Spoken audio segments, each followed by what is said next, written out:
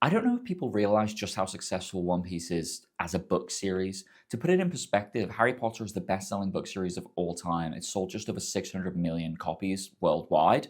One Piece, it's estimated, has sold between 500 and 570 million. Now, it's often not included in the top 10 list because it's a manga, but if we were to look at maybe the top 5, the top 10 best-selling book series of all time, it would be right up there. One Piece is incredibly successful, and not only is it successful, but it is successful in cycles. It seems like every few years, more and more people find it, and the interest is renewed, and the whole fanfare repeats over and over again. And when something is that successful, and that successful over and over and over and over again, it's worth looking at why. It's worth examining the components, especially as writers of the fantastical, of the speculative. I think there are a bunch of things that we can learn from One Piece, and I want to talk about them today. Now, I think at the moment this is especially timely. There's a reason I'm talking about this now, and it's because over the past few weeks, Netflix have been doing a lot of promotion for season 2 of their One Piece series, and I think as a result, the manga has found its way into the hands of a lot of people who might not ordinarily have picked it up. These are book reviewers and book influencers on TikTok that are maybe looking at it in a way that your average manga fan wouldn't, and giving a lot of fresh analysis to the series, which is thrilling for me to see. And so I'm going to give my take on why I think One Piece is so enduringly successful, and specifically, I'm going to talk about what I think fantasy writers and writers of speculative fiction can learn from it. And one of the most obvious things, and I'm not going to dwell on it because it is fairly self-explanatory, but this is a kind of reskinned hero's quest. It is a hero's myth, a hero's journey. Think Star Wars, think the Odyssey. And a lot of anime, a lot of manga is like that. We have a young protagonist who has some sort of special power or ability, and they go on an adventure against all odds, and they succeed, and all of that sort of stuff. And, you know, it's a very, very common archetype. It's a very common trope, and people love it, and that's why these stories get made again and again and again. There is something internal that really appreciates that archetype. But I think underneath that, there are more things going on. There are a couple of other things that we can pull out of that, a couple of facets of that I think will be really, really interesting for us to look at. The first trope that I want to draw your attention to is that this is a found family narrative. And this is one of my favorite tropes in all of storytelling. Some of my favorite books, TV shows, films of all time have this in common. And whether you read the first 50 chapters or watch the first 50 episodes, you'll see roughly this kind of story taking place, where our protagonist is going from place to place. He's finding new friends that are going to join him and go with him on his journey. Now, there's a way to do this badly, and there's a way to do this well. When you see this done badly, what often happens is you have this gang that appears, and they're essentially just the same person wearing different costumes or having different skill sets. What Oda does in One Piece is that whenever anyone joins the party, they join with a kind of emotional wound that needs healing. And in their opening story arc, they go some ways into healing that, like they make a start, but as they go on the rest of the journey, as they follow the protagonist, as they journey together, that comes up again and again and again as something they need to overcome on their own personal journey. Now, you could maybe word these in any way you wanted to, and maybe there's some debate, maybe there's some speculation about what these wounds are. For me, it goes something like this. I think Luffy has a fear of abandonment and of losing the people he loves and that he cares about. I think Zoro worries that he isn't good enough to achieve his goals, and I think that's where a lot of the self-punishment and the austerity of his character comes from.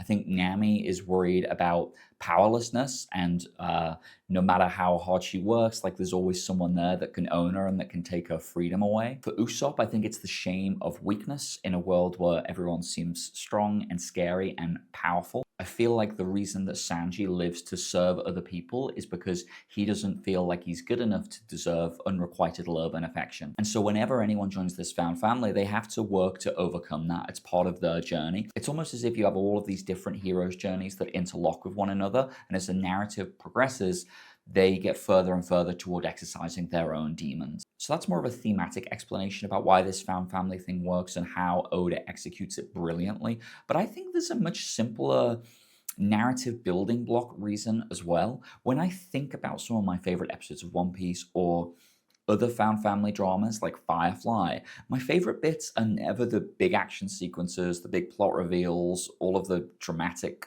stuff that goes on. My favorite bits are usually just characters sitting around the campfire or characters having dinner, downtime, jokes, laughter. And that is also something Oda does very, very well. I love the downtime in One Piece. I love it when the characters are eating food and being silly and giving each other shit. That's the real magic. And that is what you can do with a really good found family narrative. If you can write characters that people like, this is a secret weapon when it comes to fiction. Another technique I see Oda using again and again, and this is especially true for character introductions, especially main character introductions, is something that I'm going to call a mirrored backstory. Watch as Oda introduces his main characters. He always sets them up with a villain. And if you look closely at that villain is usually a twisted, distorted version of the character themselves. It's like what would happen if this character, as they were, with all of their flaws, made all of the wrong choices instead of the right ones. If you look at Usopp and you look at Kuro, they're both liars, but one of them lies to exploit and one of them lies to protect. Like if you look at Nami and Arlong, he hires her as a cartographer and they both want to map the world, but she wants to do it because it's a symbol of her freedom and getting out from someone else's thumb, and he wants to do it because it further extends his own dominion. I also think there's a bit of a mirror in Luffy and Buggy. I feel like Luffy is a clown and he's unserious and he's silly. But he also is heroic and brave and all these things. And then you have Buggy as a sort of twisted version of a clown, and he's cynical, which Luffy isn't. So I feel like there's a mirror there as well. And I think this is something to consider. I feel like when you're building villains for protagonists, especially in fantasy stories, think about what are the traits that your hero embodies, what makes him a hero.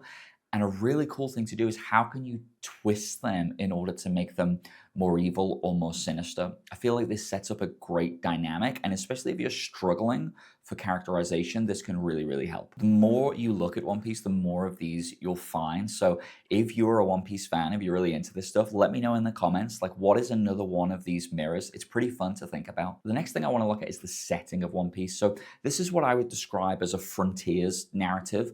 It's very much in the Western tradition of a cowboy rocks up in a new town and the town has a problem and the cowboy has to solve the problem, right? Or the ranger has to solve the problem. Think of the Good, the Bad, and the Ugly series or something like that, only this is a kind of mythic frontier. Each island in One Piece has its own social wound. It has a villain that's usually shaped by that wound. It has a community that needs saving, and it has its own rules, aesthetics, technologies, etc. And this is such a great tool, and this is why the Western writers did it, is because every time everything is refreshed, our heroes stay the same, but all of the dressing changes, and it allows us to face new challenges in a new way. That's probably part of the reason it's been able to go on as long as it has. But what Oda does particularly well is that there is always this social issue that kind of cuts through everything. Like there's the heart of the matter. Let's look at something like Skypiea, where you have the Sky People and you have the Shandians, and you have this historical dispute about stolen land and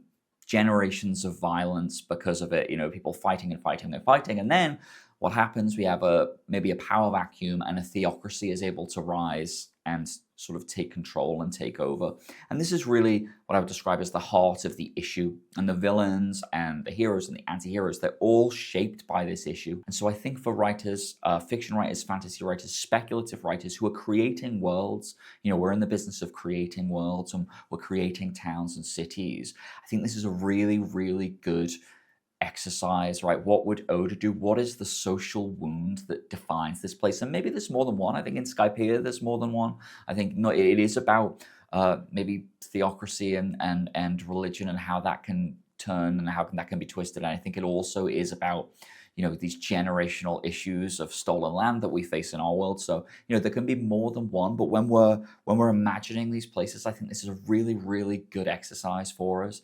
What is the heart of the matter? And the fourth thing I want to mention that I think Oda is just brilliant at, and it's part of what makes One Piece so magical, is its whimsy and its imagination. And this is something that is very hard to learn. It's very hard to teach, but it's what happens when someone lets their imagination run wild. I'm going to give you an example. You might think this is a bit of a weird example. You might be expecting me to talk about someone like Terry Pratchett, who is very whimsical and comedic and has an amazing imagination, or Douglas Adams, same thing, but on the sci-fi front. But I actually want to talk about Stephen King. Stephen King is one of the greatest storytellers of our time, I think. And if you read any of his books, specifically from the 80s, when he was at his cocaine-infused best, the imagination on display is just towering. Every book of his you read from that era, it's full of just weird choices, weird ideas. Carrie in itself is the weirdest idea you can imagine. This is the thing that happens when you let your imagination run wild. One of my favorite writers of all time, Harlan Ellison, he's got this phrase, never be afraid to go there. Too often we are.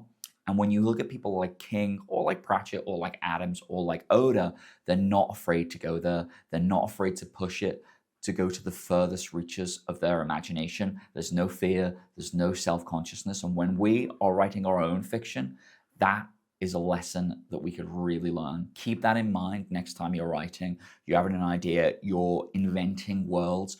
What is the furthest that you can push it? What is the weirdest that you can be if you close your eyes and you think silly thoughts? Like, how far can that go? Maybe you'll have to rein it in a bit, but it will be a great exercise nevertheless. So there's some of the narrative devices, tools, archetypes, tropes that I think Oda uses brilliantly, and I think many of them contribute to why One Piece is as popular and as successful as it is. But of course, there are many, many more. So if you're a One Piece fan, I'd love to hear yours.